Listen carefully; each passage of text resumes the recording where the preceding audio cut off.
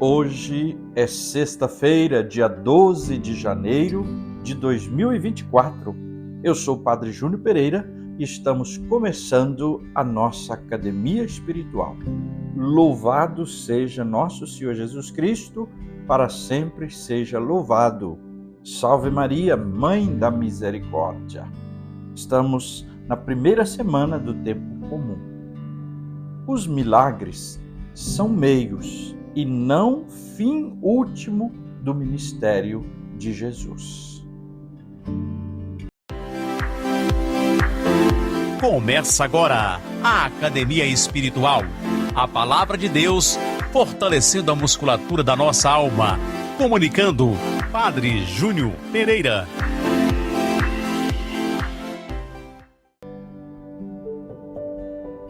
O texto do Evangelho proposto para nossa meditação nesta sexta-feira da primeira semana do tempo comum é de Marcos, no capítulo 2, versículos de 1 a 12.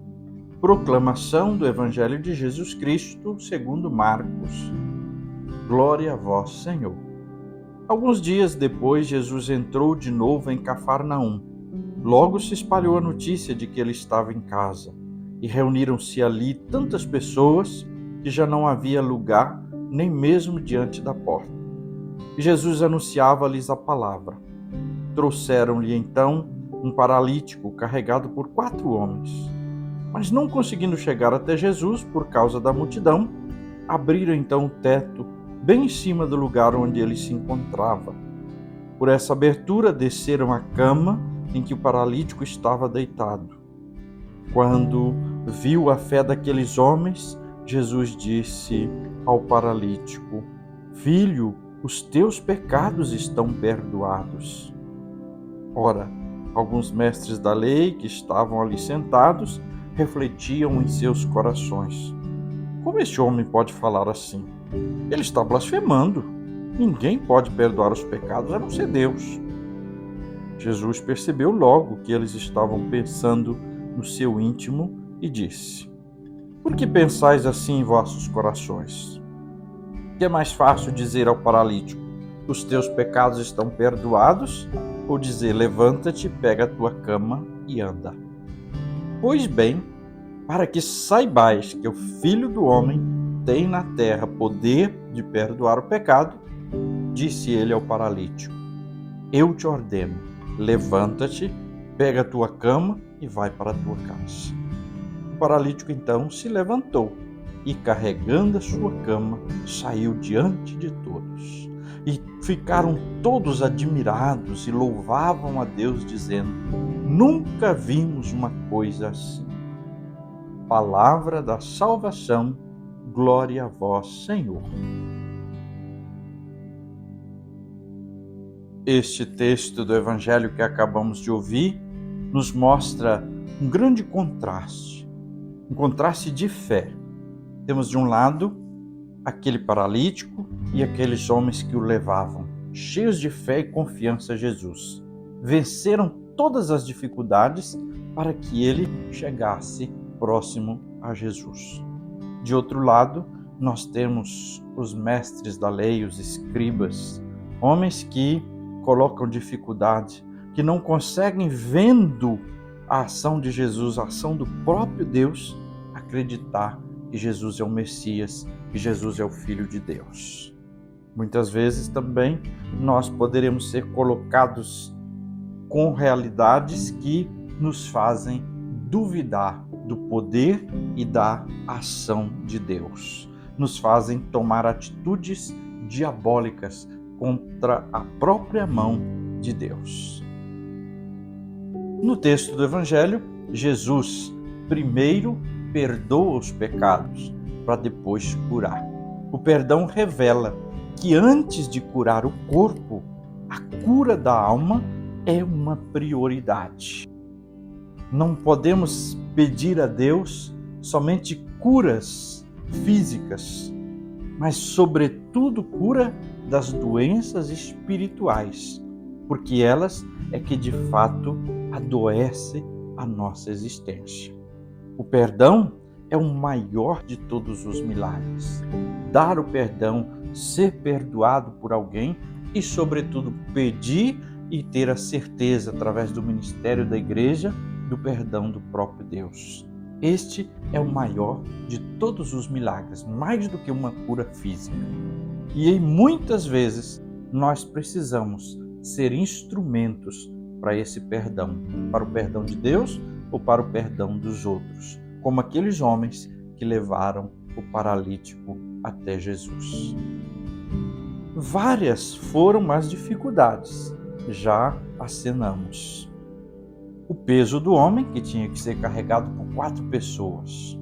A multidão, que se comprimia tanto e não havia possibilidade de entrar na casa.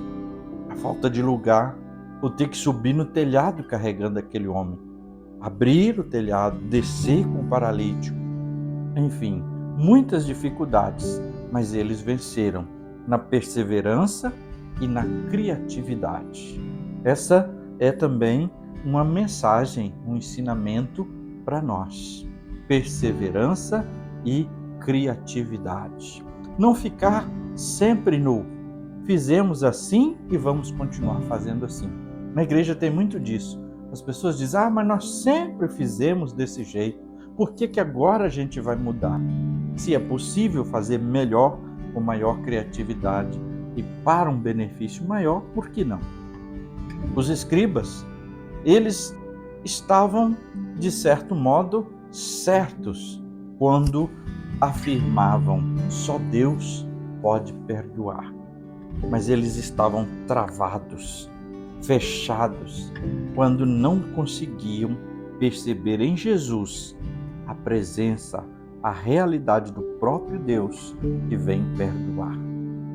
É preciso também que a gente perceba coisas, realidades, situações que vão nos colocando tão rígidos e tão duros que criamos um muro à nossa volta e não permitimos e nem reconhecemos a ação de Deus livremente, fora até mesmo dos padrões que nós já estabelecemos. Sobre este assunto do Evangelho de hoje, aparece ainda um tema que é interessante e exigente, que quando estes homens estão falando no coração, pensando a respeito de Jesus, eles estão cometendo um pecado grandioso, e o Catecismo da Igreja Católica aponta para isso.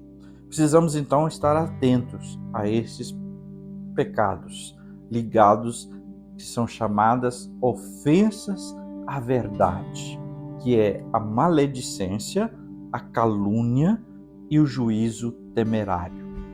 Não dá para a gente falar sobre isso aqui, mas eu convido você, pega o Catecismo da Igreja Católica, do número 2475 até o 2479.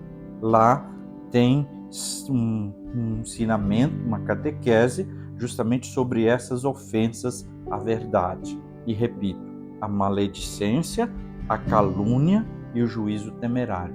São coisas terríveis, pecados que nós facilmente caímos e cometemos contra os outros. Então vale a pena estudar, aprender, se fortalecer na fé e na musculatura espiritual para que isso não domine o nosso coração.